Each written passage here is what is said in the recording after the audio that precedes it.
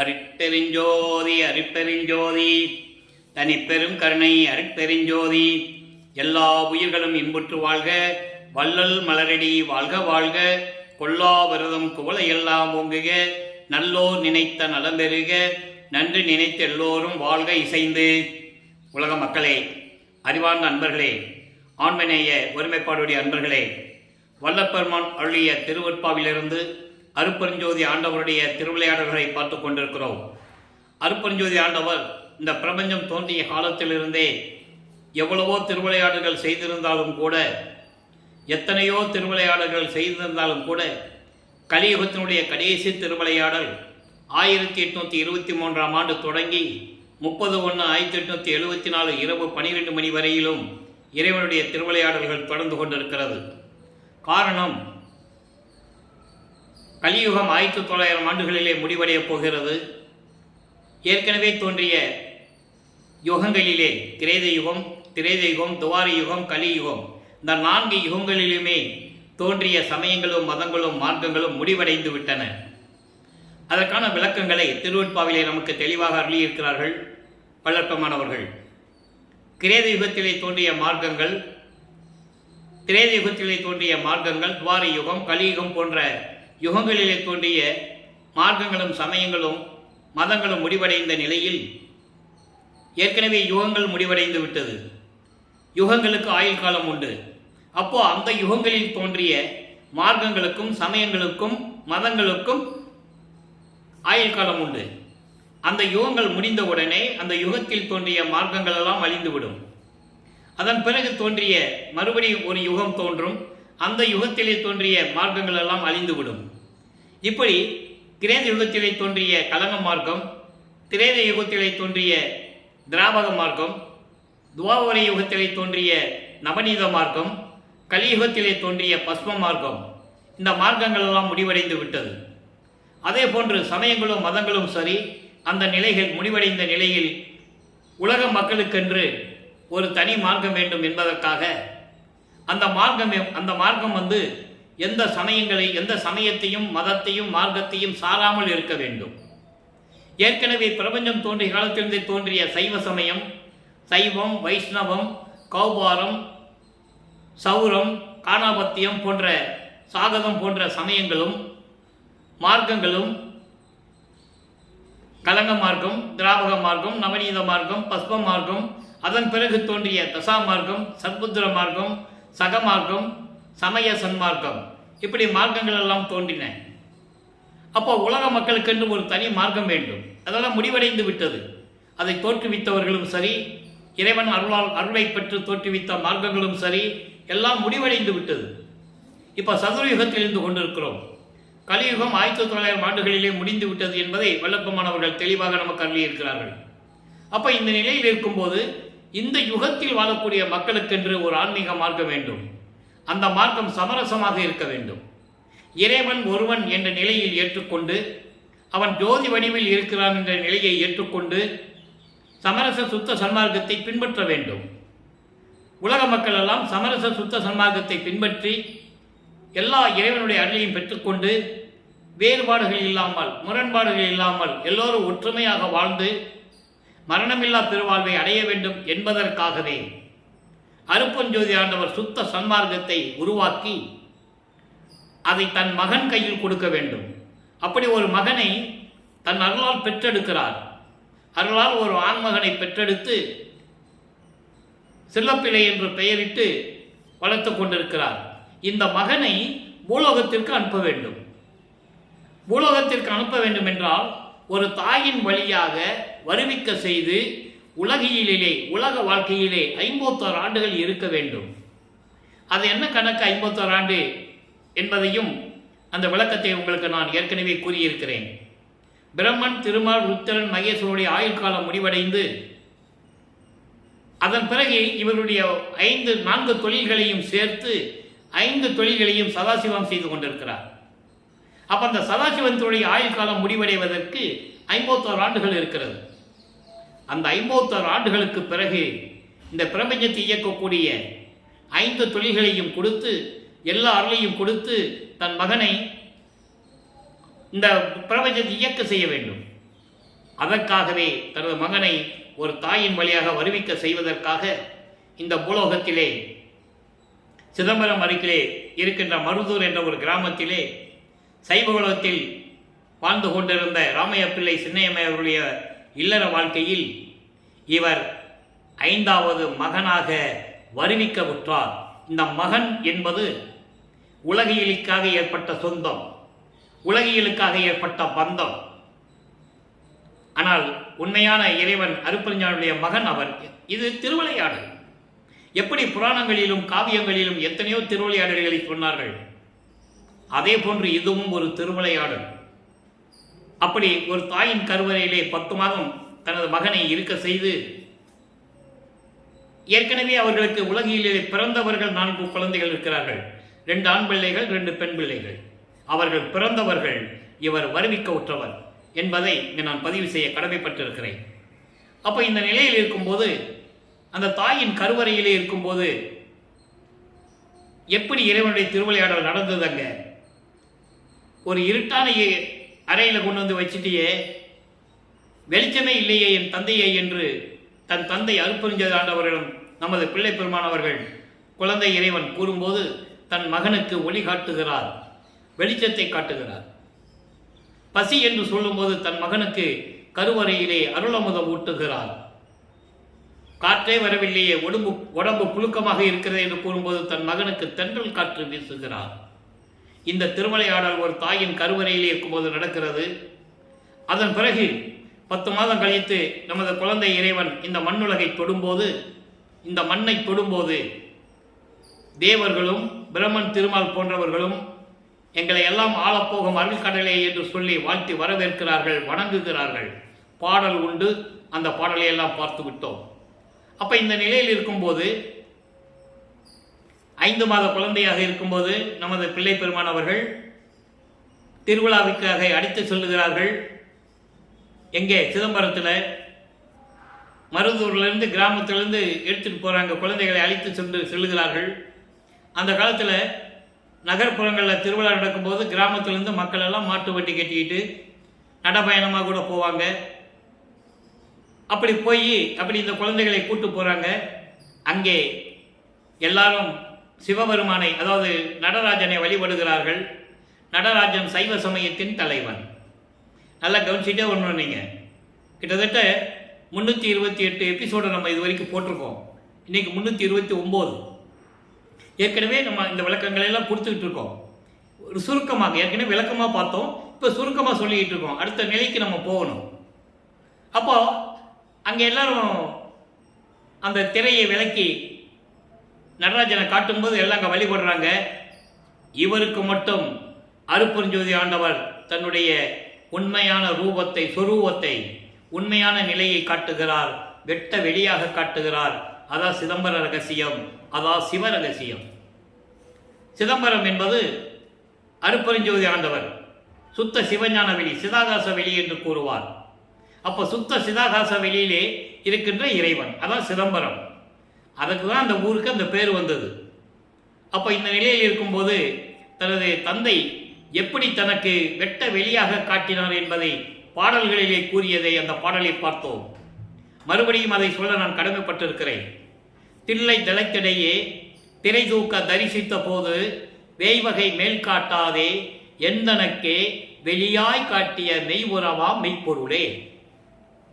அதாவது அங்கே வேய்வகை மேல் காட்டாதே என்பது ஒரு எந்த விதமான உருவம் இல்லாமல், இப்போ நீங்கள் எல்லாம் பார்த்துருப்பீங்க, எல்லா சமய தலைவர்களுடைய போட்டோக்களை பார்த்துருப்பீங்க. சிவபெருமான் எப்படி இருப்பார், திருமால் எப்படி இருப்பார், பிரம்மன் எப்படி இருப்பார், இந்திரன் எப்படி இருப்பார், இப்படி ஒவ்வொருத்தங்களையும் அந்த படத்தில் ஒரு வடிவமாக பார்த்துருப்பீங்கல்ல, உருவமாக பார்த்துருப்பீங்க. அந்த விதமான உருவம் இல்லாமல் வேய்வகை மேல் காட்டாதே.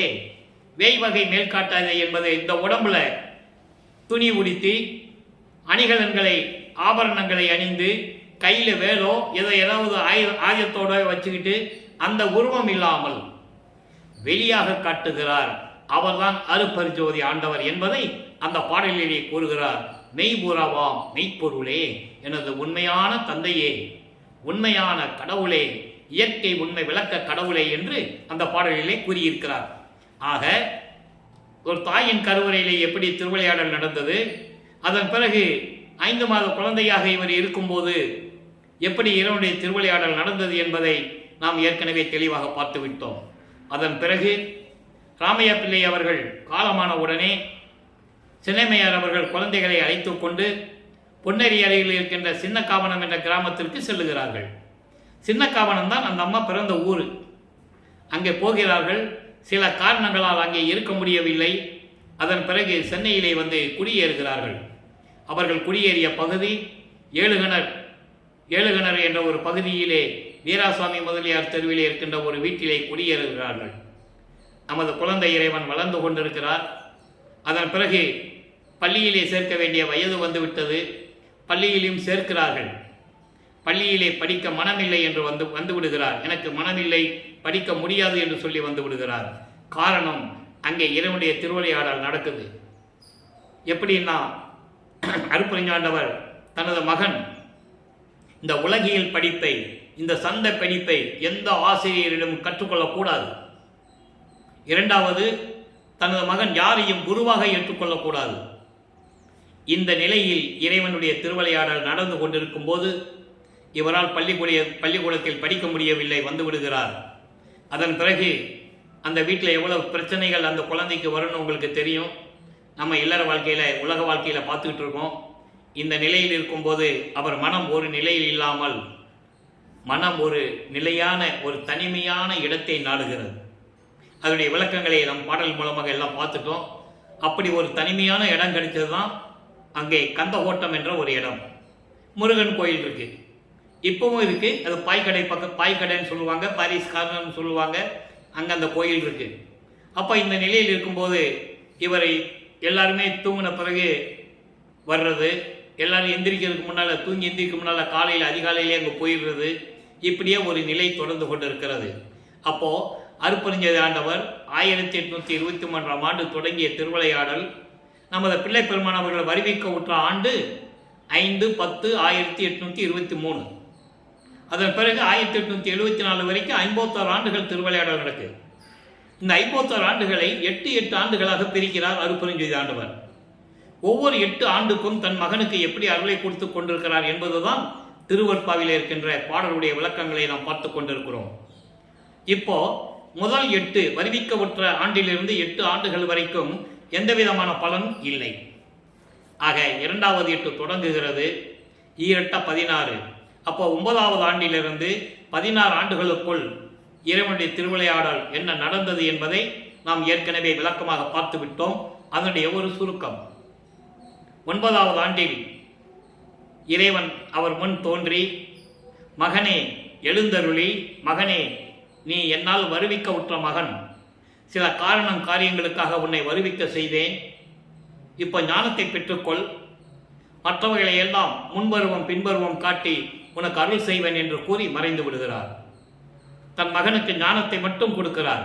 இப்போ அவருக்கு ஞானம் மட்டும்தான் தெரியும், மெஞ்ஞானம் கிடையாது. அவருக்கு சுத்த சன்மார்க்கம் தெரியாது, அருட்பெருஞ்சோதி ஆண்டவர் யாருன்னு தெரியாது. ஏன்னா இவருக்கு தன் மகனுக்கு மறைப்பு நிலையும் மறப்பு நிலையும் கொடுத்து விடுகிறார். அதன் பிறகு இவர் சைவ சமயத்திலிருந்து, சைவ குலத்திலிருந்து வருவிக்க உற்றதனால் சைவ சமயத்தின் தலைவனாகிய சிவபெருமானை ஏற்றுக்கொண்டு, சைவ சமயத்தின் அடையாளமாகிய திருநூரை பூசிக்கொண்டு, உத்தராட்சமாலை போட்டுக்கொண்டு சிவபெருமானை வழிபடுகிறார். 1ஆம் திருமுறை உருவாகிறது. மொத்த 8 பதிகங்கள், 712 பாடல்கள். இந்த 8 பதிகங்களிலே முதல் முறையாக திருவருள் முறைகளிலிருந்து நாம் இறைவனுடைய திருவிளையாடலை பார்த்து கொண்டிருக்கிறோம், 6வது பதிகத்திலிருந்து. அப்போ 232 பாடலுடைய விளக்கங்களை முழுமையாக பார்த்து விட்டோம். சிவபெருமானை பற்றி பாடி எந்த விதமான பலனும் கிடைக்கவில்லை. 9வது ஆண்டிலிருந்து 12 ஆண்டுகளுக்குள் இந்த நிலை தொடர்ந்து கொண்டிருக்கிறது. அதன் பிறகு தந்தையை பற்றி பாடி எந்த அருளையும் பெற முடியவில்லை என்ற காரணத்தினால் அம்மையை பற்றி பாடுகிறார், வடிவுடை அம்மனை பற்றி பாடுகிறார். வடிவுடை மாணிக்க மாலை உருவாகிறது. மொத்தம் 100 பாடல்கள். 100 பாடலுடைய விளக்கங்களையும் நாம் பார்த்து விட்டோம். இப்போ அப்பாவை பற்றி பாடியாச்சு, அம்மாவுக்கிட்ட கெஞ்சியாச்சு, எந்த விதமான அருளும் கிடைக்கவில்லை. இந்த நிலையில் இருக்கும்போது மறுபடியும் ஆண்டுகள் உருண்டோடுகிறது. ஒரு 12வது ஆண்டிலே, வருவிக்கவுற்று 12வது ஆண்டிலே சிவநேச வெண்பா உருவாகிறது. சிவநேச வெண்பா என்பது இறைவனை பற்றி பாடுவது, நேரிசை பாடல்கள், நேரடியாக இறைவனிடம் முறையீடு செய்வது. அந்த நிலையில் சிவநேச வெண்பாவில் இன்று 12வது பாடலுடைய விளக்கத்தை பார்க்க போகிறோம். நல்ல கவனிங்க. சிவநேச வெண்பா மொத்தம் 101 பாடல்களை கொண்டது. இதுவரை 11 பாடலுடைய விளக்கங்களை பார்த்திருக்கிறோம். இன்று 12வது பாடல். வல்லப்பமானவர்கள் 9வது ஆண்டிலிருந்து அந்த 16 ஆண்டுகளுக்குள் இருந்து கொண்டிருக்கிறார். 2வது எட்டில் இருந்து கொண்டிருக்கிறார். நல்லா கவனிக்கணும். இன்றோ பகலோ இரவோ, இன்று பகலோ இரவோ, வருநாளில் என்றோ அறியேன், எளியேனே மன்றோங்கும் தாயனையாய் நின் அருளாம் தன்னமுதம் உண்டு வந்து நாயனையின் வாழ்கின்ற நாள். இது பாடல்.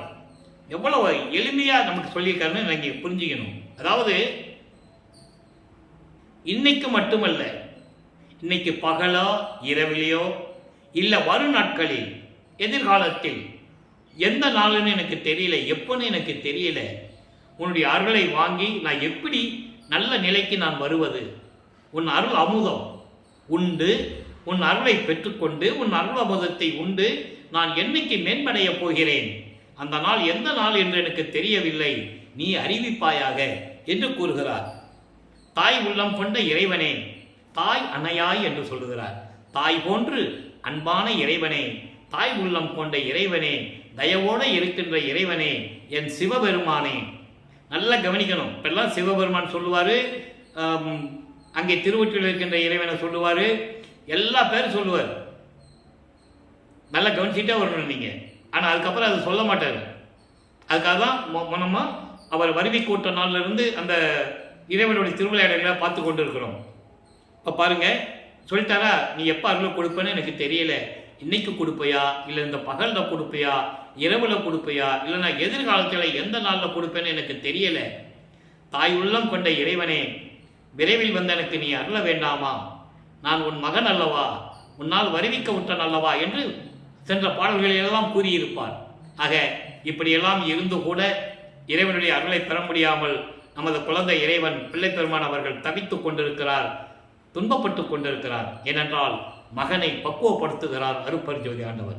தன் மகனை துன்பப்படுத்த வேண்டும் என்ற நோக்கமல்ல, தன் மகனை வருந்த வேண்டும், வருத்தப்பட வேண்டும், வைக்க வேண்டும், துன்பப்பட வைக்க வேண்டும் என்ற நோக்கமல்ல. ஆனால் தன் மகனை பக்குவப்படுத்துகிறார். உலக மக்களுக்கு தெரியணும், ஒரு இறைவனுடைய மகன் சுத்தசன்மார்க்கத்தை கொடுக்கறதுக்கு முன்னால் எப்படி இருந்தாருன்னு உலக மக்களுக்கு தெரியணும். இதுதான் இறைவனுடைய திருவிளையாடல் என்பதை நீங்கள் புரிந்து கொள்ள வேண்டும்.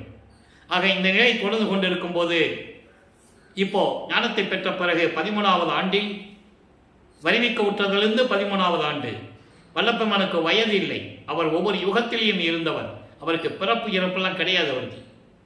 அதை நீங்கள் புரிந்து கொள்ள வேண்டும். அதனால்தான் அவரை பற்றி பேசும்போது வயதை குறிப்பிடக்கூடாது. புராணங்களிலும் காவியங்களிலும் யாராவது வயசை சொன்னாங்களா? யாருக்கும் தெரியாது. அதே போல இவரும் மக்களுக்கு விளக்கி சொல்றதுக்கு ஆள் இல்லை. அதனால அந்த வயசுல இருந்தாரு, இப்படி இருந்தாரு, அப்படி இருந்தாருலாம் சொல்லுவாங்க இல்லையா? இப்போ முருகனுக்கு வயசை சொல்றாங்களா? பிள்ளையாருக்கு வயசை சொல்றாங்களா? யாருக்கு சொல்ல தெரியாது. ஏன்னா அவர் இறைவனால் வருவிக்க விட்டவர்கள்.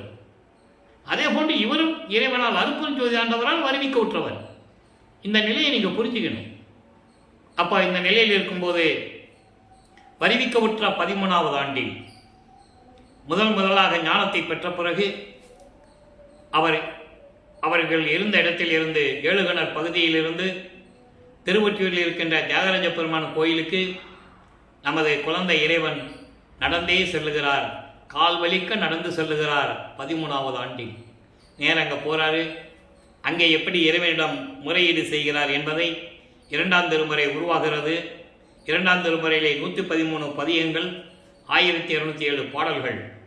ஒவ்வொரு பதிகத்திலும் எப்படியெல்லாம் இறைவனிடம் முறையீடு செய்தார் என்பதை நாம் நேரடியாக பாடல்களின் மூலமாக பார்த்து விட்டோம். அதனுடைய ஒரு சுருக்கம். இதுவரை 31 பதிகங்களை பார்த்திருக்கிறோம். 31 பதிகங்களுடைய ஒரு சுருக்கம். அங்கே போய் தியாகராஜ பெருமானை பற்றி பாட வேண்டியது, உன்னால் இந்த உலகத்துக்கு வந்துட்டு நான் என்ன பலன் அடைஞ்சேன் பாரு, இந்த சிறு வயதில் என்னை கால் வலிக்க நடக்க வச்சு இப்படியெல்லாம் நீ இம்சப்படுத்துறியே, நீ வந்து அருளை கொடுக்கக்கூடாதா அப்படியெல்லாம் கேட்பார். எந்தவித திருவொற்றியூரில் ஒன்றும் பிரயோஜனம் இல்லை. அப்புறம் திருமலை வயலுக்கு போவார். அங்கே போய் இருக்கிற இறைவனை மாசிலாமணி மாசிலாமணின்னு பாடி பாடி உருகுவார். அங்கே இருக்கிற இறைவன் பெயர் மாசிலாமணி. என்னை இந்த பூலோகத்துக்கு வருவரித்து என்னை கால் கழிக்க நடக்க வச்சு உன்னை பார்க்க வந்தா, ஏன் மகனை எதுக்கு வந்தேன்னு ஒரு வார்த்தை கேட்கறது இல்லை, ஊமை மாதிரி நிற்கிறிய, இதெல்லாம் ஒரு அப்பனுக்கு அழகா, ஒரு தந்தைக்கு இதெல்லாம் தர்மமா அப்படின்லாம் கேட்பார். எந்த விதமான பலனும் இல்லை என்பதனால் அங்கே சொல்லிகிட்டே வந்துடுவார். இனிமேல் திருமுல்லை வாயிலுக்கு நான் வரமாட்டேன், என்னால் நடந்து வர முடியல அப்படின்னு சொல்லிட்டு வந்துடுவார். அதன் பிறகு திருவள்ளித்தாயனும் ஒரு இடம் இருக்குது, அங்கே போவார். காலையில் எல்லோரும் எந்திரிக்கும்னாலும் எந்திரிச்சு விராடு மெதுவாக நடந்து போய் அங்கே திருவள்ளித்தாயத்துக்கு போவார். அது சென்னைக்குள்ளே தான் இருக்குது. வில்லிவாக்கத்துலேருந்து ஒரு 15 கிலோமீட்டர் இருக்கும். அங்கே போவார். அங்கே போய் இறைவனை பற்றி பாடுவார். எந்த விதமான பலனும் இல்லை. கந்த துணியை கட்டிகிட்டு இருக்க, யாரை ஏமாற்ற நிற்கிறேன்னு எனக்கு தெரியல, எனக்கு ஒரு துணியை கொடு, நானும் கட்டிகிட்டு நிற்கிறேன். ஆனால் தந்தையே, நான் துன்பப்படுவதை பற்றி எனக்கு கவலைப்படவில்லை, எனக்கு கவலை இல்லை, நான் கவலைப்படவில்லை. ஆனால் பெற்ற மகனை தெருவில் விட்டுவிட்டானே, அனாதையாக விட்டுவிட்டானே என்று இந்த உலகம் உன்னை பழிக்குமே, இழிவாக பேசுமே, அந்த நிலைக்காகத்தான் நான் வருத்தப்படுகிறேன். அந்த இழிச்சொல்லும் பழிச்சொல்லும் உன்னை சூழ்ந்து விடக்கூடாது என்பதற்காகத்தான் நான் இவ்வளவு தூரம் உன்னை மன்றாடி கேட்கிறேன். விரைவில் வந்து எனக்கு அருள வேண்டும் என்றெல்லாம் கூறுவார். எந்த விதமான பலனும் இல்லை. இனிமேல் அங்கேயும் சொல்லிட்டு வந்துடுவார், இனிமேல்லாம் என்னால் இங்கே நடந்து வர முடியாது, என்னால் நடந்து வர முடியாதுன்னு சொல்லிட்டு வந்துடுவார். ஆக திருமுல்லை வாயிலுக்கும் திருவள்ளித்தாயத்துக்கும் இனிமேல் போக மாட்டார். மறுபடியும் திருவொற்றியூருக்கே செல்லுகிறார். அங்கே 32வது பதிகம் கலி முறையீடு உதயமாகிறது. கலி முறையீடு என்பது மனதில் இருக்கின்ற துன்பத்தை, மனதில் இருக்கின்ற வருத்தத்தை சொல்லுவது. கலிய நெஞ்சம் என்று சொல்லுவார். கலிய நெஞ்சம் என்பது துன்பப்பட்ட மனசு, புண்பட்ட மனசு. அதனால் கலி முறையீடு என்பது அந்த துன்பங்களை இறைவனிடம் முறையீடு செய்வது. நல்லா கவனிச்சுட்டே வரணும். ஏன்னா இதை சொல்கிறேன்னா, அவர் சமயங்களையும் மதங்களையும் மார்க்கங்களையும் சார்ந்திருந்த போது சிவபெருமானை தலைவனாக ஏற்றுக்கொண்டு எப்படியெல்லாம் முறையீடு செய்தார். அதன் பிறகு சுத்த சன்மார்க்கத்தை பெற்ற பிறகு அருப்பஞ்சோதி ஆண்டவரன் எப்படி முறையீடு செய்கிறார் அதை நம்ம பார்த்துக்கிட்டு இருக்கோம். அந்த முரண்பாடு உங்களுக்கு, அந்த வேறுபாடு உங்களுக்கு தெரியணும். ஏன்னா சுத்த சன்மார்க்கத்துக்கு இதெல்லாம் தேவையில்லை. சமயங்களும் மதங்களும் மார்க்கங்களும் தேவையில்லை. ஏனென்றால் சமயங்களையும் மதங்களையும் மார்க்கங்களையும் சாராத இறைவன் அருப்பெருஞ்சோதி. அதை அகவலிலே கூறுவார். சாதியும் மதமும் சமயமும் பொய்யென ஆதியில் உணர்த்திய அருப்பெருஞ்சோதி. அப்புறம் அருப்பெருஞ்சோதி யாருன்னு நமக்கு தெரிஞ்சு போச்சு இல்லையா? இப்போ பாருங்க, கலி முறையீடுல சிவபெருமானிக்கிட்ட என்ன சொல்றாரு, நல்லா கவனிச்சுட்டே வாங்க. அற்புதமான பாடல்கள், மனதை உருக்கும். ஒரு குழந்தை இறைவன், நம்ம இறைவன் வல்லப்பமானவர்கள், இறைவனுடைய மகன் தெரியும், வெளியே சொல்ல முடியாது, எப்படியெல்லாம் துன்பப்படுறாருன்றத உலக மக்களுக்கு தெரியணும் இல்லை? அதனால தான் இந்த விளக்கத்தை, இந்த வள்ளலார் ஊழியன் இறைவனுடைய தயவாலையும் கருணையாலையும் பெற்ற விளக்கங்களை உங்களுக்கு கூறிக்கொண்டிருக்கிறேன். பொய் விடுகின்றலன் என்று, பொய் விடுகளன் என்று எம் புண்ணியா கை விடுகின்றாயோ கடையனேன் தன்னை, பைவிடமுடைய வெம் பாம்பும் ஏற்ற நீ பொய் பெய்விடம் அணைய என் பிழை பொறுக்கவே. விளக்கம் பாருங்க, சிவபெருமான்கிட்ட சொல்றாரு. எப்படி இவன் பொய் சொல்றவன் அப்படின்னு சொல்லி என்னை கைவிடுறாயோ, என்னை தள்ளி விடுகிறாயா, கைவிடுகிறாயா, ஒதுக்கி விடுகிறாயான்னு கேட்கிறாரு. இவன் பொய் சொல்லிக்கிட்டே இருக்கான் அப்படின்னு சொல்லி என்னை தள்ளி விடுறையா, ஒதுக்கி விடுறையான்னு எனக்கு தெரியல. கொடிய விஷப்பாம்பை கூட கழுத்துல வச்சிருக்கிறேன் நீ, எப்படி சொல்ற பாருங்க. கொடிய விஷம் வச்ச பாம்பை கூட நீ கழுத்துல வச்சிருக்கிறேன் நீ, ஏற்றுக்கொண்ட நீ, என் கொடிய மனம் இருக்கிறதே, விஷம் போன்ற மனம், இதை பொறுக்க முடியாத உன்னால். நீ மட்டும் விஷப்பாம்பை கழுத்துல வச்சுக்கிட்டு இருக்க.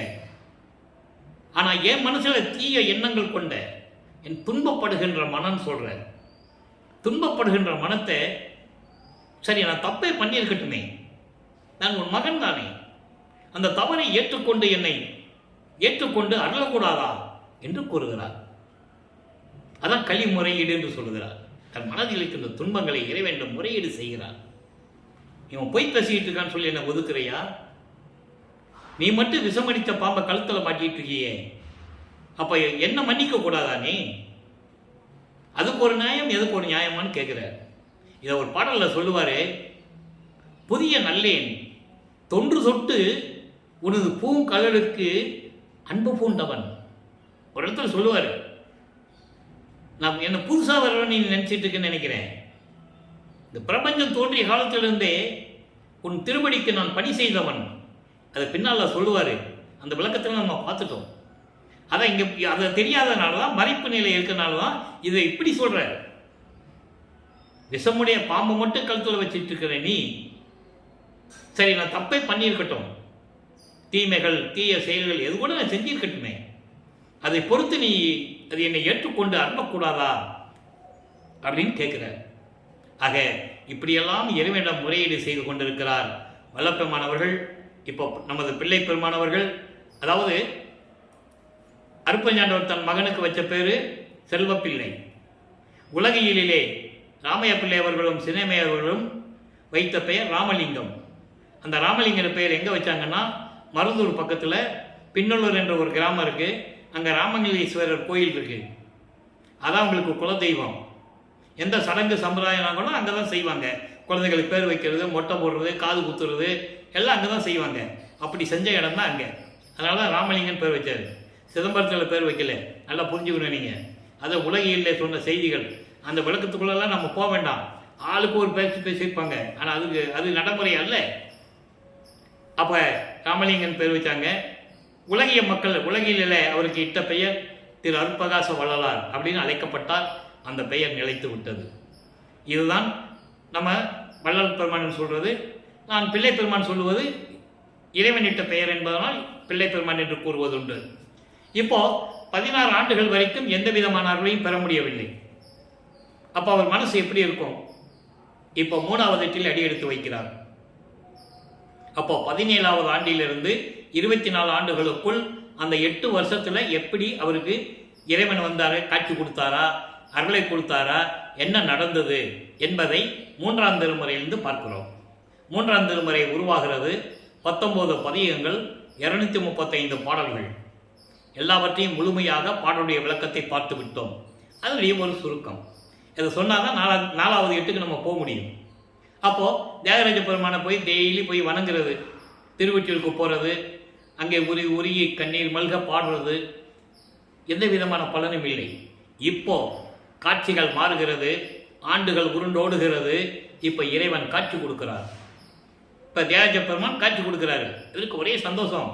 காட்சி கொடுத்தாச்சே, நீ வந்து அருளை கொடுத்துருவாருன்னு சொல்லி மதிமயங்கி இருப்பார். ஆனால் மறைஞ்சிடுவார், பேசுறது இல்லை.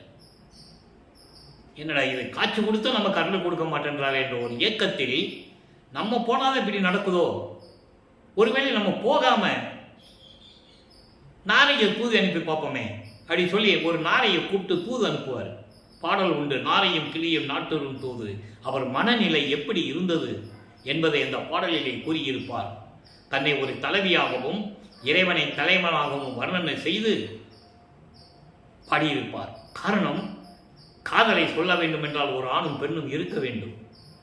அந்த நிலையில் இருந்து கொண்டு அந்த பாடலை நமக்கு அறிவிப்பார்கள் என்பதை நீங்கள் புரிந்து கொள்ள வேண்டும். அப்போ அந்த நாரைகிட்ட சொல்லி அனுப்புவார்.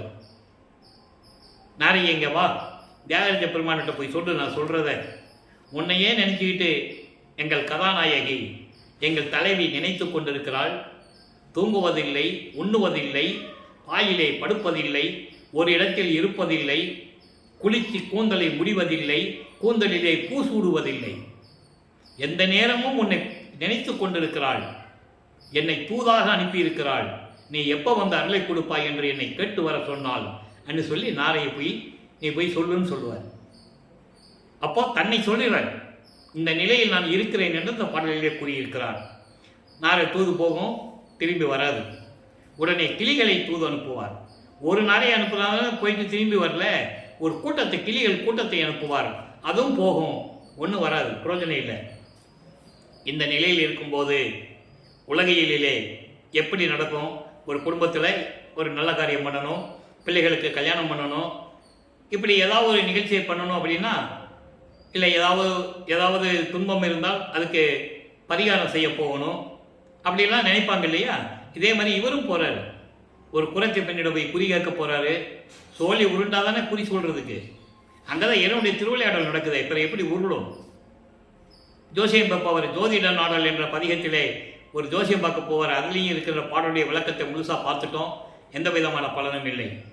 அப்புறம் திருவிழா வீதி வரும், பவனி வரும், தேரில் கொண்டு வருவாங்க. திருவொற்றியூரில் எல்லாமே தேரோடும் வீதிகள். அப்போ ஒரு தெருவில் நின்று பார்ப்பாரு, காட்சி கொடுப்பாரு, மறைஞ்சிடுவார்.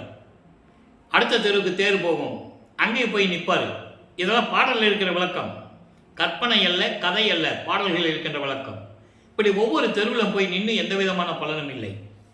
அதன் பிறகு கடைசி பதிகம் 19வது பதிகத்திலே, காதல் மாட்சி பதிகத்திலே தான் இறைவன் காட்சி கொடுத்து இவரை பார்த்து அப்படியே நடந்து வருவார். சரி, நம்ம பக்கத்தில் வந்துட்டாரு அப்படின்னு சொல்லி இவர் கண்மூடி ஆனந்த வெள்ளத்தில் மிதக்கும் போது பக்கத்தில் வருவார். பேசுறது இல்லை, தலையை போதி விடுறது, கன்னத்தை கிள்றது, கொஞ்சம் மாதிரி கன்னத்தை கிள்றது, உடம்பை தடவி விடுறது, இப்படியே நிலைகள் தொடர்ந்து கொண்டிருக்கும். ஆனால் பேசுவதில்லை. இவர் என்ன இப்படியே பண்ணிட்டு இருக்காரே, நம்ம கண் திறந்து பார்ப்போம். திறந்து பார்க்கும்போது இவரை திரும்பி பார்க்காமல் தெருவழியாக சிவபெருமான் ஓடுகிறார். இவரும் பின்னாலே ஓடுவார். ஓட்டத்தை பிடிக்க முடியாது. எப்படி பிடிக்க முடியும்? அப்போ அவருக்கு வல்லப்பமானவர்களுக்கு 24 ஆண்டுகள் நிறைவடை போகிறது. வருவிக்க ஒற்று 24 ஆண்டுகள் நிறைவடை போகிறது. அப்போ நல்ல வாலிப ஒரு வயது, உலகியல் வார்த்தையில் சொல்லணும்னா நல்ல ஒரு வாலிபம். என்னதான் ஒரு நாள் இறைவனை பிடிக்க முடியுமா? அவருக்கு எந்த விதமான சக்தியும் கிடையாது. பறக்கிற சக்தியோ பல உருவங்களில் வருகிற சக்தியோ எந்த சக்தியுமே இல்லை அவருக்கு. எதுவுமே கிடைக்கல அப்போ அவருக்கு. அப்போ இந்த நிலையில் இருக்கும்போது இவர் தெருவழியாக ஓடும்போது அவரை நிப்பாட்டி கேட்பாங்க. அங்கே பார்க்குறவங்க கேட்பாங்கல்ல, என்ன ராமலிங்கம் ஓடிட்டு இருக்க தெருவழியாக, நாங்களும் பார்த்துக்கிட்டே இருக்கோம் அப்படின்னு.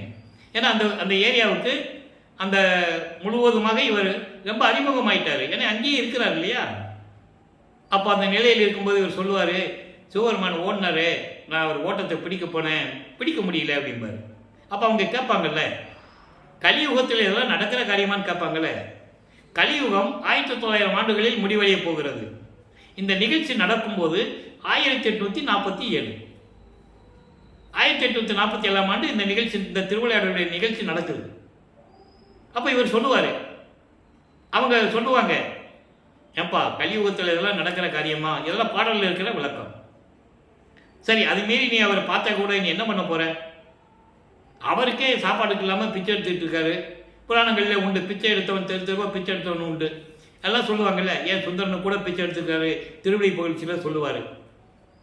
என்ன தெளிவாக சொல்லுவார். திருவள்ளி புகழ்ச்சியிலே பாடல் உண்டு. இன்தொண்டர் பசியார கச்சூரின் மனிதோறும் இலக்க நடை கொள்ளும் பதம். இவனுக்கு அதாவது சுந்தருக்காக தெருவாக பிச்சை எடுத்தாராம் ராம் முழுவதுமா. அதெல்லாம் உண்டு. அதை வச்சு அவங்க எல்லாம் சொல்லுவாங்கல்ல. இவர் சொல்லுவார், நீங்கள் என்ன சொன்னாலும் சரி, இறைவன் மீது கொண்டுள்ள காதலை என்னால் மறக்க முடியாது. நான் அவன் மீது காதல் கொண்டுள்ளேன். நான் கனவில் கூட மறக்க முடியாது. என்றாவது ஒரு நாள் அருளை பெற்று விடுவேன் என்று கூறுவார். இந்த நிலைகள் எல்லாம் பாடல்களில் இருக்கின்ற விளக்கத்தை பார்த்து விட்டோம். 24 ஆண்டுகள் முடிவடைந்து விட்டது. 51 ஆண்டில் 24 ஆண்டு முடிஞ்சிடுச்சு. இன்னும் 27 வருஷம் தான் பாக்கி இருக்கு. இப்போ இந்த நிலையில் அவருக்கு ஒன்றுமே தெரியாது. சுத்த சன்மார்க்கமோ அருப்பஞ்சாண்டவர் இறைவனோ நமக்கு என்ன ஆக போகுது, எப்படி அருளை வாங்க போகிறோம், எந்த அருள் கிடைக்குன்னு அவருக்கு தெரியாது. இப்போ தெரியும். 4வது எட்டில் அடி எடுத்து வைக்கிறார். இப்போ தெரியும். சுத்த சன்மார்க்கம் இருக்கிறது தெரியும். அருப்பஞ்ச ஆண்டவர் தான் இறைவன் என்று தெரியும். இப்போ இந்த நிலையில் இருக்கும்போது இவருக்கு திருமண ஏற்பாடுகள் நடந்து கொண்டிருக்கிறது. இவன் வீட்டுக்கு அடங்க மாட்டேன்றான். உலகியலில் சொல்லுவாங்கல்ல, ஒரு பிள்ளை இந்த மாதிரி தெரிஞ்சுக்கிட்டு இருந்தா இவன் அதாவது கால் கட்டு போட்டால் தான் சரியாக வருவாப்புன்னு சொல்லுவாங்கல்ல. அந்த நிலையில் இவருக்கு திருமணம் ஏற்பாடுகள் நடந்து கொண்டிருக்கிறது. மணப்பெண் யார் என்றால், இவர் வருவிக்க உற்ற குடும்பத்திலே ஏற்பட்ட சொந்தமாகிய அக்காவின் மகள். அது உலகியல் முறை, அவ்வளவுதான். இவருக்கென்று சொந்த பந்தம் எதுவும் இல்லை. இவருக்கு ஒரே பந்தம் இறைவன் தான் என்பதை நம் பாடலிலே பார்த்து கொண்டிருக்கிறோம். ஆக உலகியல் முறைக்கு அது கரெக்டு. உலகியல் முறைக்கு அக்கா பொண்ணு தனக்கொடி அம்மையார். அப்போ அந்த அம்மாவுக்கு இவருக்கு பொண்ணு இவர் முதல்ல கல்யாணம் வேண்டாம்னு சொல்கிறாரு. ஏன்னா சொல்லி தான் ஆகணும், உடனே ஒத்துக்க முடியாது. ஏன்னா அப்பாக்கிட்டேருந்து பெர்மிஷன் வரணும், அருப்பஞ்சாண்டிலிருந்து அனுமதி வாங்கணும்.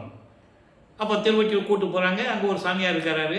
ஏன்னா இவங்களுக்கு கேள்விப்படுறாங்க, தினமும் போய் திருவொற்றியூரில் ஒரு சாமியாரை பார்க்குறாரு இவர், அவர் பேர் ராமலிங்கம் தான், அவர் சொன்னால் இவர் கேட்பார் அப்படின்னு சொல்லி கூப்பிட்டு போகிறாங்க. அது யாருன்னா அருப்பஞ்சாண்டவர். எங்கள் அப்பா சொன்னதுனால தான் சம்மதிச்சேன்னு சொல்லுவார் ஒரு பாட்டில். அப்போ சம்மதம் வாங்குறாரு, சம்மதிச்சிட்டாரு, சரின்னு சொல்லி ஒத்துக்கிட்டாரு. இப்போ கல்யாண ஏற்பாடு நடந்துகிட்டு இருக்கு. இன்னொரு விஷயம் நல்லா புரிஞ்சுக்கணும், இவர் தாலி கட்ட வேண்டும், அதனால் அந்த அம்மாவுக்கு மோட்சம் கிடைக்க வேண்டும், அந்த அம்மாவுக்கு ஏற்பட்ட கர்ம வினைகள் எல்லாம் நீங்க வேண்டும், விமோசனம் கிடைக்க வேண்டும். சஞ்சீதம், பிராரத்தம், அகாமியம் போன்ற கர்ம வினைகள்லாம் நீங்கணும் அந்த அம்மா கிட்ட இருந்து. அதுக்காகவே அந்த அம்மா இந்த குடும்பத்தில் பிறக்கிறாங்க. இவர் வருவிக்கோற்றவர், அந்த அம்மா பிறக்கிறாங்க. நல்லா புரிஞ்சுக்கிட்டே வரணும் நீங்க. அதுதான் இறைவனுடைய கட்டளை. அது ஏற்கனவே நிர்ணயிக்கப்பட்டது. எல்லாம் ஒரு ஸ்கெட்சு போட்டு தான் வராங்க இங்க. அதை நீங்க புரிஞ்சுக்கணும். அப்போ இந்த நிலையில் இருக்கும்போது திருமண ஏற்பாடுகள் நடந்து கொண்டிருக்கிறது. அங்கே எல்லாம் உட்கார்ந்துருக்காங்க. குறிப்பா முக்கியமான ஒரு இடம் இது, நல்லா கவனிக்கணும் நீங்க. பிரம்மன், திருமால் போன்ற வானவர்கள், நவகூட்ட தலைவர்கள், தேவகூட்டத்தினுடைய 18 கூட்டத்தை சேர்ந்த தலைவர்கள், சத்தர்கள், சக்திகள், ரிஷிகள், முனிவர்கள் எல்லாம் உட்கார்ந்துருக்காங்க. இது பாடலில் இருக்கு. பாடலுக்கு விளக்கத்தை தான் உங்களுக்கு சுருக்கத்தை சொல்லிட்டு இருக்கேன். அந்த பாடல்களை அருப்பகாச மாலை என்ற பாடல் 100 பாடல்கள் விளக்கத்தை நம்ம பார்த்துட்டோம். இப்போ வாழ்த்துறாங்க. திருமணம் முடிஞ்சிருச்சு. நான் திருமணம் கை தொட்டேனே தவிர கலப்பிலேன் என்று சொல்லுவார் ஒரு பாடலிலே. அந்த பாடல் விளக்கத்தில் நம்ம பார்த்துட்டோம். பிள்ளை பெரு விண்ணப்பத்தில் நம்ம அதை பார்த்துட்டோம். அப்போ இந்த நிலையில் இருக்கும்போது தாயும் தந்தையும் வரவில்லை என்று இவர் மனம் வாடுகிறது. ரொம்ப கஷ்டப்படுறாரு, துன்பப்படுறாரு. ஏன் இப்படி இவங்க வராமல் விட்டுட்டாங்க? இவர் தானே கல்யாணம் பண்ண சொன்னார், நீ கல்யாணம் பண்ணிக்கப்பா, ஒன்றும் இல்லைன்னு சொன்னார், அப்புறம் ஏன் கல்யாணத்துக்கு வரல, மற்றவங்களாம் வந்தாங்களே அப்படின்னு சொல்லி கஷ்டப்படுவார். வேறு வழி இல்லை, தாலி கட்டிட்டாரு, நேரம் இல்லை, தாலி கட்டியாச்சு. மகன் வருத்தப்படுவானே என்று சொல்லி சிவகாமி வெள்ளியும் அருப்பெருஞ்சோதி ஆண்டவரும் 2 குதிரை மாட்டின தேரில் எப்படி வாழ்த்தினார்கள் என்பதை பாடல்களில் இருக்கின்ற விளக்கங்களை எல்லாம் பார்த்து விட்டோம். அதெல்லாம் ஒரு லிங்க் இருக்கு. அந்த லிங்க் இறைவனுடைய தயவையும் கருணையும் பெற்றிருந்தால்தான் அந்த லிங்க் கிடைக்கும், அந்த விளக்கம் கிடைக்கும். அப்போ வாழ்த்து விட்டு போயிட்டாங்க. இப்போ நிலைகள் முடிந்து விட்டது. இப்போ சுத்த சன்மார்க்கத்தை வாங்கணும். அதுக்கு என்ன பண்ணணும்? சமயங்கள், மதங்கள், மார்க்கங்களை விடணும். விட்டாச்சு. சைவ சமயத்தின் அடையாளம் திருநீர் பூசுறதை விடணும். இதை ஏன் சொல்றாருன்னா, இறைவன் பாடல் உண்டு, அவரே சொல்றாரு, இனிமே இது உனக்கு தேவையில்லைன்னு சொல்றாரு. அது வரைக்கும் இவர் பூசிக்கிட்டு இருந்தவர் தான். நல்லா கவனிச்சுட்டே வரணும். இப்போ ஏன் இதை சொல்றோம்னா, வற்புறுத்தி சொல்றோம்னா, இதை ஒரு பெரிய இஷ்யூவாகவே பேசிட்டு இருக்காங்க. சுத்த சன்மார்க்கத்திலும் திருநீர் பூசிக்கலாம், அதெல்லாம் ஒன்றும் இல்லை, அதெல்லாம் பூசிக்கலாம் அப்படின்னு சொல்றாங்க. அதுக்கு விளக்கம் தர வேண்டியிருக்கு. திருநீர் பூசிக்கங்க, தவறு இல்லை. அது சமயங்களையும் மார்க்கங்களையும் மதங்களையும் சார்ந்தது. ஒவ்வொரு மதத்துக்கும் ஒரு அடையாளம் உண்டு, ஒவ்வொரு சமயத்துக்கும் அடையாளம் உண்டு, ஒவ்வொரு மார்க்கத்துக்கும் அடையாளம் உண்டு. சைவ சமயத்தின் அடையாளம் திருநீர் பூசிக்கொள்வது தவறில்லை, அது அவங்களுடைய சுதந்திரம். வைஷ்ணவ சமயத்தின் அடையாளம் நாமம் போட்டுக் கொள்வது, ஒத்த நாமம், கொண்டி நாமம், பட்ட நாமம், வடகலை, தென்கலை, எவ்வளவோ பிரிவுகள் இருக்கு. அதே மாதிரி சைவத்திலையும் பிரிவு இருக்கு, இருந்துக்காங்க, தவறில்லை. அதே போல மதங்களிலும் வேறுபாடுகள் உண்டு. இஸ்லாமிய பெருமக்கள், கிறிஸ்துவ பெருமக்கள் அவங்களுக்கு மதங்களுக்கு ஏற்றபடி நடந்து கொள்கிறார்கள், அது உண்மை. ஆனால் சுத்த சன்மார்க்கம் என்பது இதையெல்லாம் சாராதது என்பதுதான் உண்மை, அதுதான் சத்தியம். அதான் இறைவன் சொல்லுகிறார், சாதியும் மதமும் சமயமும் பொய்யென ஆதியில் உணர்த்திய அருட்பெருஞ்சோதி. ஏன் ஞானசேனியில சொல்றாரு, பொறித்த மதம் சமயம் எல்லாம் பொய்கின்றாரு. இதுக்கு மேல என்ன விளக்கம் தர முடியும்? எல்லாம் புரிஞ்சுக்கணும் நீங்க. ஆக இவர் திருநீரை பூசுவதை விட்டுட்டாரு. பாடல் உண்டு, யாராலையும் மறுக்க முடியாது, பாடலில் விளக்கம் உண்டு. அவரே சொல்றாரு, அவங்க அப்பாவை இவர் போய் கை நீட்டுறாரு, எனக்கு திருநீர் கொடுன்னு கேட்கிறாரு. உனக்கு இது தேவையில்லைன்னு சொல்லிட்டாரு அவர். நான் சுத்த சன்மார்க்கத்தை தரப்போறேன், இது உனக்கு தேவையில்லை அப்படின்னு சொல்லிட்டாரு. ஆக திருநீரை விட்டுட்டாரு, உத்தராட்ச மாலையை கழட்டி போட்டாரு, வெள்ளாடை அணிந்து கொண்டார். இனிமேல் எங்கேயும் போக மாட்டேன், திருவொற்றியூரையும் சரி, திருமுல்லைவாயிலையும் சரி, திருவல்லித்தாயத்துக்கு நான் போக மாட்டேன், நீ வா அப்படின்னு சொல்லி அப்பாவை கூப்பிட்டு கதவை சாத்தி, நீ வந்தாதான் அப்படின்னு சொல்லி கதவை பூட்டிட்டாரு. கதவை பூட்டி உள்ள உட்காந்துட்டாரு. இப்போ வல்லப்பமானவர்கள் இறைவனுடைய குணத்தில் 5வது குணத்தில் இருக்கிறார். இப்போ தன்மையத்தனாதல், தூய உடம்பினாதல், இயற்கை உணர்வினாதல், முற்றிலும் உணருதல், இயற்கையாகவே பாசங்களையும் பந்தங்களையும் சங்கற்ப விகற்பங்களையும் நீக்குதல், 5வது குணத்தில் இப்போ நின்றுட்டு இருக்காரு நமது பிள்ளை பெருமானவர்கள்.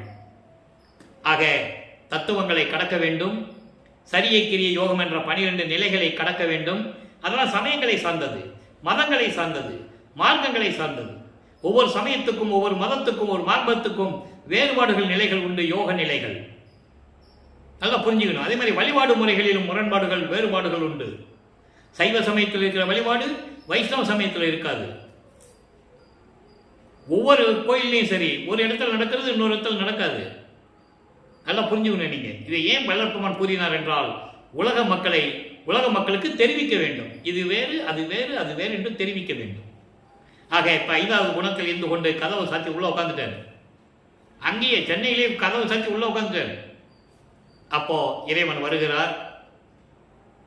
தெரிஞ்சு போச்சுல அவருக்கு. அதோடு மட்டும் இல்ல, 32 ஆண்டுகள் முடிஞ்சு போச்சு.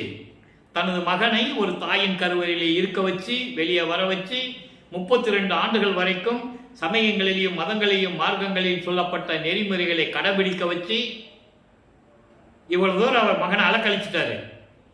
இப்போ அருளை கொடுக்க வேண்டும். வருகிறார். தெருவிலே நடந்து வந்து அதை பாடலிலே சொல்லுவார். அவ்வளோ அற்புதமா இருக்கும். அருட்பிரகாச மாலையில 100 பாடல்கள் இருக்கு. அதற்கு முன்னால இவர் மனசு சஞ்சலப்பட்டு இருக்கும்போது ஏமசக்தி வாங்குறதுக்கு முன்னால இதெல்லாம் நமக்கு கிடைக்குமா கிடைக்காதன் மன சஞ்சலப்பட்டு இருக்கும்போது அருப்பஞ்சாண்டவர் மகனுடைய நிலையை பார்த்து, இவ்வளவு மகன் கஷ்டப்படுறானே சொல்லி லட்சுமியும் சரஸ்வதியும் கூப்பிட்டு, என் மகன் சஞ்சலத்தில் இருக்கிறான், நமக்கு அருளை கொடுப்பானா, எங்கள் அப்பா கொடுப்பானா கொடுக்க மாட்டான்னு நினச்சிக்கிட்டு வருத்தப்பட்டுக்கிட்டு இருக்கான். நீங்கள் 2 பேரும் போய் அவனை முதல்ல வணங்குங்க. அவனுக்கு கும்பிட்டு அவனை வணங்கி அவன் முன்னால் பாடி ஆடி அவனை சந்தோஷப்படுத்தி தந்தை எப்படி வந்து அருளை கொடுத்துருவான்னு நீங்கள் போய் சொல்லுங்கன்னு அனுப்புகிறாரு. அதேமாதிரி அவங்க வர்றாங்க. அதை பாடலிலே சொல்லுகிறார். இருநிதிய திருமகளிர் இருவரும் என்னை வணங்கி, எப்படிப்பட்டவர் வளர்ப்பெருமான்? துறவியா அவரு? வசனகர்த்தாவா? சமூக சீர்திருத்தவரியா? இப்படியெல்லாம் சொல்லுகிறார்கள். அதற்கு இந்த விளக்கத்தை நான் தர வேண்டிய கடமையில் இருக்கிறேன். இந்த வள்ளலார் ஊழியனை கிட்ட கட்டளை அது நான் சொல்லிக் கொண்டிருக்கிறேன். லட்சுமி சரஸ்வதி வந்து என்னை வணங்கி, பாடல்களுக்கு கதை அல்ல, கற்பனை அல்ல, என்னை வணங்கி வந்தனமப்பா என்று இசைவித்து மகிழ்ந்து இசைத்து 2 பேரும் ஒன்னா வராங்களா? அதான் இசைந்துன்னு சொல்றாரு. மகிழ்வித்து இசைத்து என் முன் பாடி ஆடி பெற்றி அளித்தனை பேதையந்தனக்கே. தெளிவாருக்கு பாடல்ல. அதன் பிறகு இவர் சாந்தமாகிறார். லட்சுமி சரஸ்வதி வந்து இவரை கும்பிட்டு அவர் முன்னால் ஆடி பாடி சந்தோஷப்படுத்தின பிறகு இவர் சமாதானமாகிறார் என்பதை அன்பு மாலையிலே நாம் பார்த்து விட்டோம். பாடல்கள் உண்டு. ஆக இந்த நிலையில் இருக்கும்போது இப்ப இறைவன் வருகிறார். எனது தந்தை கால் வலிக்க நடந்து வந்தார் என்று கூறுவார். அற்புதமாக இருக்கும். ஒவ்வொரு பாடலையும் சொல்லுவார். எப்படிப்பட்ட பாதங்கள், எப்படிப்பட்ட திருவடிகள்! இந்த மகனுக்காக, இந்த நாய் போன்றவனுக்காக, இந்த எளியவனுக்காக என் தந்தை கால் வலிக்க நடந்து வந்தாரே என்றெல்லாம் கூறுவார். கண்களிலிருந்து தண்ணி வரும். அவன் அருமையாக இருக்கும் அந்த பாடல்கள். வந்து தெருக்கதவை திறந்து, அவர் தான் வந்து திறக்கணும், இவர் திறக்க முடியாதுல, திறந்து ஒரு காலை உள்ள வச்சு ஒரு காலை வெளியே வச்சு மகனை கூப்பிடுறாரு. வா மகனேன்னு கூப்பிடுறாரு. ஏன் ஒரு கால் உள்ள வச்சு ஒரு கால் வெளியே வச்சு? விளக்கத்தை சொல்லிட்டோம்ல. ஏன் வச்சாருன்னா, இவன் உள்ள போனா பூட்டிக்குவான், திரும்பி இவர் வெளியே வர முடியாது. இந்த நிலை தொடர்ந்து கொண்டிருக்கிறதை மகனுக்கு எல்லாரையும் கொடுத்து விட்டார். இப்போ எம்எஸ்சித்தை வாங்கியாச்சு. இதெல்லாம் சுருக்கமாக சொல்கிறேன், ஏன்னா ஏற்கனவே விளக்கமாக நம்ம சொல்லிட்டோம். போன எபிசோடுகள்லாம் நம்ம விளக்கமாக சொல்லிட்டோம். சுத்த சன்மார்க்கத்தை கொடுக்கணும், சாகா கல்வியை கற்றுத்தரணும், இது 2 தான் பாக்கி. மீதி ஏமசித்தி தத்துவங்களை வின்பெறது, தத்துவங்களை கடப்பதெல்லாம் சொல்லியாச்சு. இவர் பறந்து போய்கிட்டு இருக்காரு. எங்கே சுத்த சிவஞான வழிக்கு போயிட்டு இருக்காரு. அதை பாடல்களிலே சொன்ன விளக்கங்களை எல்லாம் பார்த்து விட்டோம். முதல்ல போறாரு. எப்படி 13வது ஆண்டில் வருவிக்க உற்றதிலிருந்து 13வது ஆண்டில் எப்படி திருவொற்றியூருக்கு போனாரோ அதே போல 33வது ஆண்டில் வருவிக்க உற்ற 33வது ஆண்டில் 5வது எட்டில் ஐயட்ட 40 அவர் அங்க போறார். சுத்த சன்மார்க்கத்தை வாங்குறதுக்கு சுத்த சிவஞான வெளிக்கு பறந்து சென்று கொண்டிருக்கிறார். அண்டங்களை கடந்து வெளிகளை கடந்து பரவெளி பரம்பரை வெளி அழகா சொல்லுவார். அதை பரவெளி பரம்பரை வெளி பராவெளி பெருவெளி பெருசுவெளி எல்லாம் கடந்து போயிட்டு இருக்கிறார். முதலாக போகிறார். அங்கே சத்தியஞான சபை இருக்கிறது. அதே சத்தியஞான சபை தான் இங்க மக்களுக்காக வளர்ப்பமான நமக்கு அருளியது. பிரபஞ்சத்திலேயே ஒரு சத்தியஞான சபை இறைவனால் கட்டப்பட்டது வடரொழியில் இருப்பதுதான் என்பதை இங்கே நான் பதிவு செய்ய கடமைப்பட்டிருக்கிறேன். உள்ள போறாரு. வெளியில எல்லாம் நிற்கிறாங்க தேவர்கள், பிரம்மன், முதல்ல தேவர்கள் நிற்கிறாங்க. அதுக்கு முன்னால பிரம்மன், திருமால், ருத்திரன், மகேஸ்வரன் நிற்கிறாங்க. இந்திரன் நிற்கிறாப்புல. உள்ள போக முடியாது, சபைக்குள்ள போக முடியாது. போவதற்கு அவங்களுக்கு தகுதி இல்லை. கொலை செய்தவர்கள், விதவிதமாக கொலை செய்தவர்கள் என்கிறார் வல்லப்பமனவர்கள். அதனால்தான் சத்தியஞான சபைக்குள்ள போகணும்னா கொலை செஞ்சிருக்க கூடாது, எந்த உயிர்களையும் கொலை செஞ்சிருக்க கூடாது, அந்த உயிர்களை கொண்டு அந்த பிணத்தை சாப்பிட்டுக்க கூடாது, அந்த புலாலை சாப்பிட்டுக்க கூடாது, மாமிசத்தை சாப்பிட்டுக்க கூடாது. அதனால்தான் கொலையும் புலையும் தவிர்த்தவர்கள் உள்ளே புகுதல் வேண்டும் என்று இங்க சொன்னார் பூலோகத்திலே. இதுதான் கான்செப்ட். அவங்களுக்கே அந்த கதி அடிப்பது மனிதர்களுக்கு சொல்லணும். அதான் சொன்னார். இப்போ உள்ள போறாரு. மகனை வரவேற்கிறார் தந்தை. மகனை 2.5 நாளிகை தான் பாக்கி இருக்கிறது. 2.5 நாளிகை என்பது 1 மணி நேரம். ஒரு நாளிகைக்கு 24 நிமிடம். இந்த ஆடைகளை எல்லாம் கலைந்து விட்டு புனித நீராடி புத்தாடை அணிந்து அணிகலன்களை அணிந்து மங்கள கோலத்துடன் வருவாயாக என்று கூறுவார். அவர் போறாரு. இந்த விளக்கங்களை எப்படி தெரியும்னு நீங்க கேட்டா பாடலில் இருக்கு. இறைவன் கொடுத்த விளக்கம் புரியுது உங்களுக்கு. விளக்கத்தை யாரும் வெளியே சொல்லலை. அவர் அந்த விளக்கத்தை சொல்றதுக்கு மக்கள்கிட்ட சொல்றதுக்கு மனசு இல்லை. அதனால யாரும் சொல்லலை. நீங்க நல்லா புரிஞ்சுக்கணும். நான் இறைவன் சொன்னதை உள்ளபடி நான் திருவருட்பாவில் இருக்கின்ற உண்மைகளை உங்களுக்கு சொல்லிக் கொண்டிருக்கிறேன். அப்போ இந்த நிலையில் மகனை வர வைத்து மகனுக்கு மணிமுடி சூட்டி பொற்காப்பு அணிந்து இளவரசர் பட்டம், கையில் ஒரு காப்பு போடுறது. மகனை சுத்த சன்மார்க்கத்தை பெற்றுக்கொள் என்று கொடுக்கிறார். தாரை வார்த்து கொடுக்கிறார். அதனால்தான் இனிமேல் சுத்த சன்மார்க்கம் என் மார்க்கம் என்று கூறுவார் வல்லற்பமானவர்கள். ஏன்னா அப்பா சொல்லியாச்சு, இனிமேல் இது உன் மார்க்கம் மகனை, சுத்த சன்மார்க்கத்தை பெற்றுக்கொள். கொடுத்தாச்சு.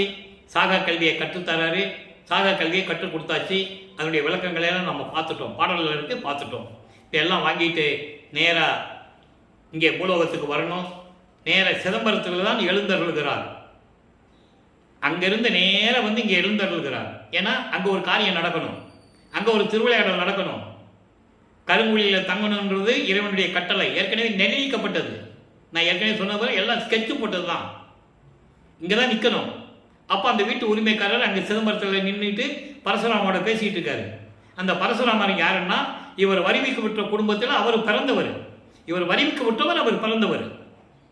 அப்போ அவர் சொல்லுவார்ல, என் தம்பி தான் இவர், கல்யாணம் பண்ணி வச்சோம், ஆன்மீகத்தில் வந்துட்டாப்புல, நீங்கள் உங்கள் வீட்டுக்கு கூட்டு போங்க அப்படின்னு சொல்லணும். அவர் ஒத்துக்கணும். அந்த சூழ்நிலை அங்கே நடக்குது. அப்படியே கருவழிக்கு கூட்டு வராங்க.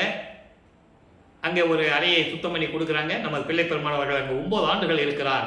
அந்த 9 ஆண்டுகளிலும் அருப்பஞ்சாண்டவர், தந்தையாகிய அருப்பஞ்சாண்டவர் இவரை எப்படி கூடி பேசி எப்படி அருளை பெற்றுக் கொண்டார்கள் என்பதை பாடல்களிலே விளக்கமாக பார்த்து விட்டோம்.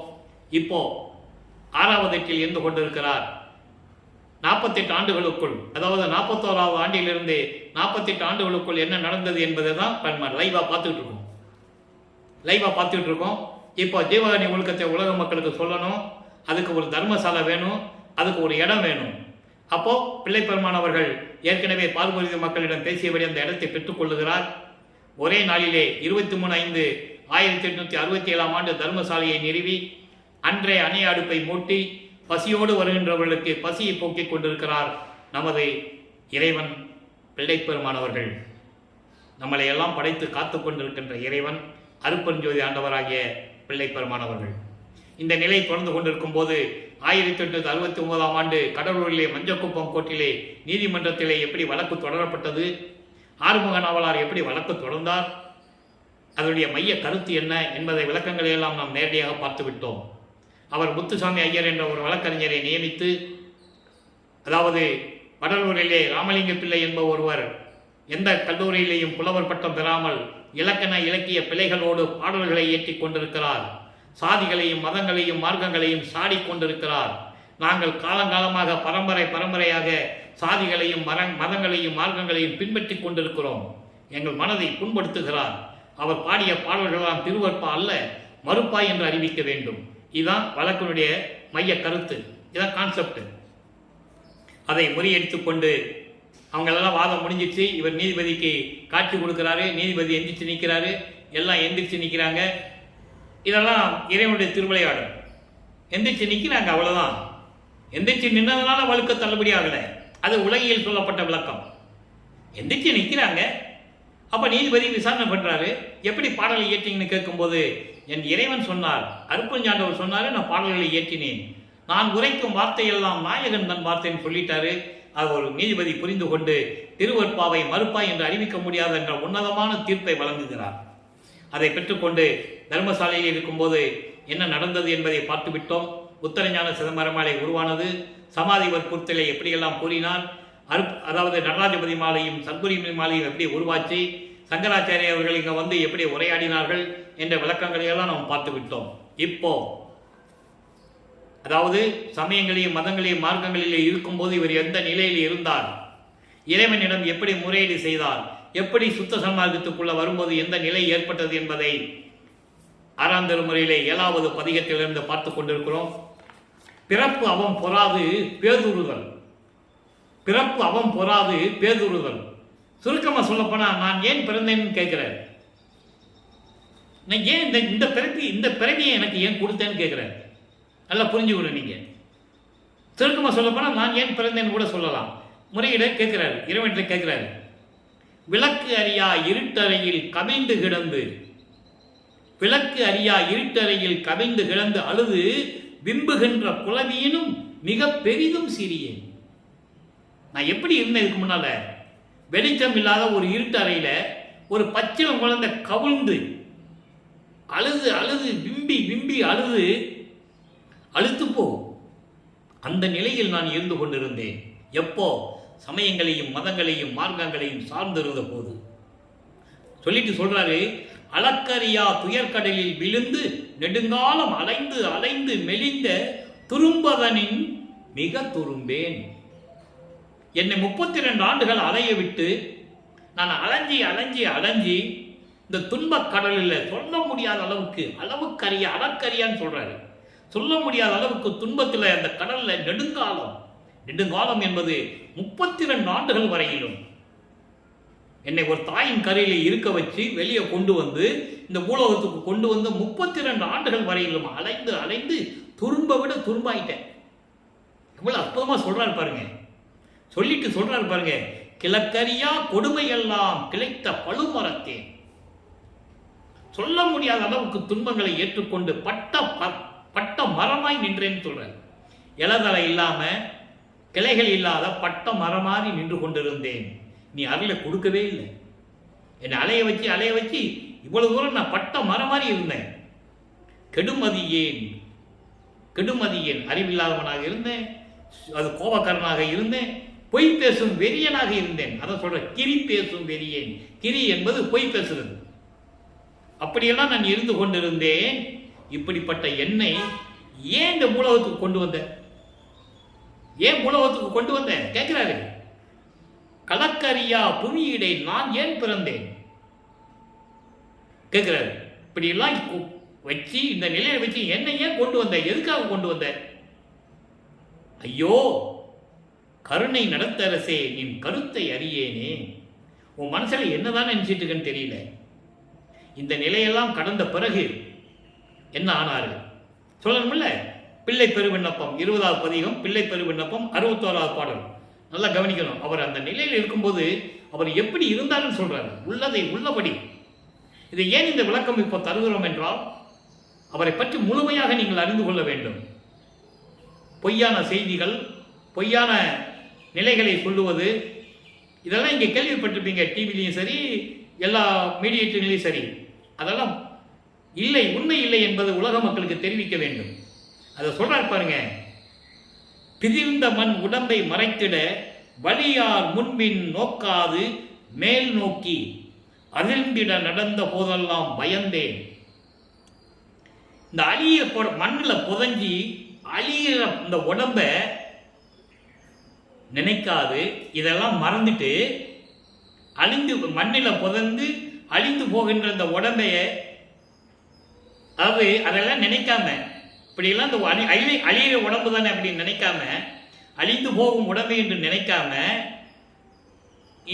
இருக்கிறவங்கெல்லாம் வலியோர்கள்லாம் நம்ம தான் வலிமையானவர்கள் நினைச்சுக்கிட்டு இருக்கவங்கெல்லாம் முன்னால என்ன நடக்குது பின்ன என்ன நடக்கும் அப்படின்னு பார்க்காம சும்மா மேல் நோக்கிய வானத்தை பார்த்தே நடக்கிறது. சொல்லுவாங்கல்ல உலகில், ஐயோ கீழே பார்த்து நடப்பா, மேலேயே பார்த்து நடந்துட்டு போனா எப்படி, எங்கேயாவது குழியில் போய் விழுந்துட போற, சாக்கடையில் போய் விழுந்துட போற சொல்லுவாங்கல்ல, அதை சொல்றாரு. அப்படியெல்லாம் சும்மா கம்பீரமாக அதிர்ந்து பூமி அதிர நடக்கும்படி வந்தவங்களெல்லாம் நான் பார்க்கும்போது பயந்துட்டேன். அப்போ பயந்தேன். அவர் புகன்றியிட்ட தீமொழிகள், அவங்க பேசின பேச்சு கொஞ்சம் பேச்சா காதில் கேட்க முடியல. கரண ஒழுக்கத்தை சொல்றாரு, நல்லா புரிஞ்சுக்கணும். இந்திரிய ஒழுக்கத்தையும் கரண ஒழுக்கத்தையும் இங்கே சொல்றாரு. அதை பின்னாலே இந்திரிய ஒழுக்கம், கரண ஒழுக்கம், ஜீவ ஒழுக்கம், ஆன்ம ஒழுக்கம் ஒழுக்கங்கள்ல சொன்னார். அதை நம்ம ஏற்கனவே பதிவில் போட்டாச்சு. ஒரு 15 நாளைக்கு முன்னால் நீங்கள் நம்ம பதிவில் பார்த்தீங்கன்னா நீங்கள் தெரிஞ்சுக்கலாம். இங்கே கரண ஒழுக்கத்தை சொல்றாரு. பேசுகிற பேச்சை காதில் கேட்க முடியல, கேட்ட நெருப்பு வந்த மாதிரி இருக்கு. ரெண்டு செவிகளையும் 2 காதலையும் கேட்கும்போது அப்படி இருக்குது. நான் பயந்தேன். புண்ணியா, நீ துதி என்னும்போர் முதிர்ந்த தீங்கனியை கண்டிலேன். அப்போ உன்னை பற்றி எனக்கு தெரியாது, உன்னை எப்படி வணங்கணும்னு தெரியாது, நீ யாருன்னு எனக்கு தெரியாது, நீ அருணை உடைய இறைவன், ஒரே இறைவன், அருப்பெருஞ்சோதி ஆண்டவன் எனக்கு தெரியாது. அதான் சொல்றாரு, முதிர்ந்த தீங்கனியை கண்டிலேன். ஒரு கனி பழுத்துச்சுன்னா அந்த பழம் எவ்வளவு சுவையாக இருக்கும், அது போல உன்னை எப்படி வணங்குவது, எந்த மார்க்கத்தில் நான் இருக்கிறது தெரியாமல் இருந்துட்டேன். இவ்வளோ அற்புதமாக சொல்கிறாரு, நீங்கள் பார்க்கணும். சொல்லிட்டு சொல்கிறாரு, வேர்த்து முதிர்ந்த காய் கண்டு உளம் தளர்ந்தேன். பிஞ்சில் பழுத்த பழம் சொல்லுவாங்கல்ல, வெம்பி போய் சூம்பி போய் வெம்பி போய் அந்த அந்த காய் கீழே விழுந்துடும். அது போல நான் இருந்தேன், உள்ளம் தளர்ந்தேன். அப்போ சுத்த சமாகத்துக்கு கொடுக்கறதுக்கு முன்னால் எப்படி இருந்தாருன்னு சொல்றாரு. எப்படி பயந்தேன், எப்படி அந்த அவங்க பேசுகிற பேச்சுகள்லாம் என் காதில் கேட்க முடியல, அந்த நிலையில் இருந்தேன்னு சொல்றாரு. ஆக இறுதியாக ஒரே ஒரு விளக்கம் நண்பர்களே, நல்லா கவனிச்சுட்டே வரணும். இறைவனுடைய திருவிளையாடல் எப்படியெல்லாம் நடக்கும்னு தெரியணும். இப்போ சுத்த சமாகத்தை பெற்ற பிறகு இறுதியாக எப்படி சொல்றாரு. 118வது பதிகம் சிவசிவ ஜோதி.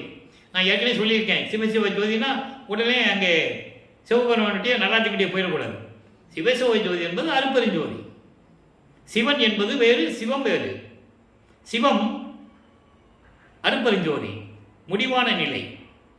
சிவன் சமயத்தை சார்ந்த தலைவர். அந்த விளக்கம் ஏற்கனவே நம்ம கொடுத்தாச்சு, நீங்க பார்த்துக்கலாம். இப்போ பாருங்க, அற்புதமான விளக்கம், எளிமையான வரி. காலையிலே நான் கண்ட ஜோதி. நான் ஏற்கனவே சொன்னது போல இந்த ஒரு வரிக்கே 1 மாசம் விளக்கம் சொல்லணும். திருவருட்பாவில் அவ்வளவு விளக்கம் இருக்கு. காலையிலே நான் கண்ட ஜோதி. காலையிலே என்பது 3 பிரிவுகளாக நம்ம பார்க்கணும். காலையிலே என்பது கருவிலே நான் பார்த்த அருப்பெருஞ்சோதி. கருவிலே 1, அதன் பிறகு தில்லையிலே சிதம்பர ரகசியத்தை பார்க்கும்போது கண்ட ஜோதி, அந்த அருப்பெருஞ்சோதி. அதன் பிறகு 9வது ஆண்டிலே என்னை ஆட்கொண்ட போது இருந்த அருப்பெருஞ்சோதி. அதுக்கப்புறம் 32 ஆண்டுகள் கழிச்சு 33வது ஆண்டிலே காட்சி கொடுத்தாயே, அது ஒரு ஜோதி. அதான் அருப்பெருஞ்சோதி சொல்றாரு. காலையிலே என்பது இப்படி பிரிவுகளா சொல்லணும். காலையிலே என்பது விடிஞ்சது, அதாவது சூரியன் வந்த போது விடிஞ்சிச்சுல காலை, அது கிடையாது. அதான் இது சொல்றாரு. காலையிலே நான் கண்ட ஜோதி, கருவிலே சிதம்பர ரகசியம் காட்டும் போது, 9வது ஆண்டிலே என்னை ஆட்கொள்ளும் போது, 32வது ஆண்டிலே சமயங்களையும் மதங்களையும் மார்க்கங்களையும் விட்டு ஒழித்த போது, சுத்த சன்மார்க்கத்தை கொடுத்த போது, இப்படி 4 நிலைகளை சொல்லணும். அப்படி நான் கண்ட ஜோதி, எல்லா காட்சியும் நான் காண காட்டிய ஜோதி. சொல்லிட்டாரா? எல்லா காட்சிகளையும் பிரபஞ்சத்தில் என்னென்ன இருக்கோ முழுமையாக எனக்கு காட்டிய ஜோதி அருப்பெருஞ்சோதி. சொல்லிட்டு சொல்றாரு, ஞானமும் வானமுமாம் ஜோதி. ஞானம் என்றால் இந்த பூலோகம், வானம் என்றால் விண்ணுலகம். பூலோகமும் விண்ணுலகம் அளவுக்கு உயர்ந்து நிற்கிற ஜோதி, எல்லா உலகங்களையும் ஆட்டி படைக்கும் ஜோதி, எல்லா உலகங்களிலும் பிரபஞ்சம் முழுவதும் பரிபூர்ணமாக ஒளி வீசிக் கொண்டிருக்கின்ற அருட்பெருஞ்சோதி. இதான் அதுக்கு விளக்கம். சொல்லிட்டு சொல்றாரு, என்னுள் நானாகி தானாகி நன்னிய ஜோதி. என்னுள் என் உள்ளத்தில் நானாகவும் அவராகவும் அருட்பெருஞ்சோதி ஆண்டவாகவும் கலந்த ஜோதின்னு சொல்றாரு. இதை பாடலிலே சொல்லுவார். அற்புதமாக இருக்கும். எந்த பாடலிலே என்றால், அதாவது மெய்யருள் வியப்புல ஒரு பாடலில் சொல்லுவார், நானும் நீயும் ஒன்று என உரைத்து நல்கிய ஜோதி. மகனே, நீயும் நானும் ஒண்ணுதாயா என்று எனக்கு அருளிய ஜோதின்னு சொல்லுவார். இன்னொரு இடத்துல தனிச்சிறாளங்களில் சொல்லுவார், நான் தானானான். அதை இங்க சொல்றாரு, நானாகி தானாகின்னு சொல்றாரு. இது சிவசிவ ஜோதி பதிகத்தில் வருது, 118வது பதிகத்தில். 110வது பதிகம் தனிச்சிறாளங்களில் சொல்லுவாரு, நான் தானானான், தான் நானானான், நானும் தானும் ஆனோம் ஒன்றானோம், தேனானான் தெல்லாமுதாய் தித்திக்கின்றான்,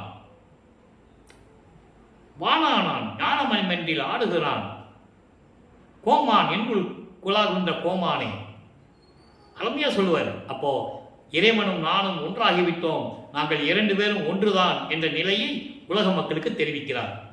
இப்போ வல்லப்பமானவர்கள் தர்மசாலையில் இருந்து கொண்டு வரைக்கும் நாம் இறைவனுடைய திருவிளையாடல்களை பார்த்து கொண்டிருக்கிறோம். இனிமே இங்கிருந்து கிளம்பி மேட்டுக்குப்பம் போகணும். அப்பனும் பிள்ளையும் எப்படி போறாங்க, அங்கே இடத்தை எப்படி பார்க்குறாங்க என்ற பாடலை எப்படி சொல்லியிருக்காரு என்ற விளக்கத்தை நாம் பின்னால் பார்க்க போகிறோம். எனவே அன்பர்களே, இறைவனுடைய திருவிளையாடலை நீங்கள் தினமும் கண்டு கழியுங்கள். வல்லப்பமானுடைய அருள் நிலையும் அவருடைய தந்தையாகிய அருட்பெருஞ்சாண்டவர் எப்படியெல்லாம் திருவிளையாடல் செய்கிறார் என்பதையும் நீங்கள் கண்டிப்பாக தெரிந்து கொள்ள வேண்டும். எனவே நீங்களும் சுத்த சன்மார்க்கத்தில் இணைந்து சைவ நெறியில் இருந்து கொண்டு அருட்பெருஞ்சோதி ஆண்டவரை வணங்கி அருட்பெருஞ்சோதி அருட்பெருஞ்சோதி தனிப்பெருங்கருணை அருட்பெருஞ்சோதி என்ற மகாமந்திரத்தை சொல்லி 2 வரிதான் நீங்கள் எல்லாரையும் பெற்றுக்கொள்ளலாம். அதற்கு நீங்கள் செய்ய வேண்டிய ஒரே வழி சைவ நெறியில் இருக்க வேண்டும்.